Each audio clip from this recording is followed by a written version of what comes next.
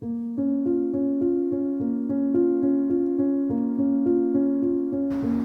everyone, so this is our friendly patient. So this patient had done the SMART FUE, and this is how the outcome after 2 days of the procedure. So as you can see, this patient is actually diagnosed with androgenetic alopecia, Norwood 3 vertex. Okay, and he had done about 2,500 grafts to cover the frontal area to reconstruct the hairline and together to increase the density at the crown area.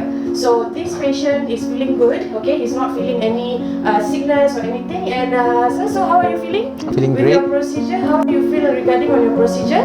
The procedure was very comfortable. Dr. Jas and his team were very friendly. I was feeling very effortless and comfortable throughout the procedure. They were very friendly to me, and yeah, there was zero pain.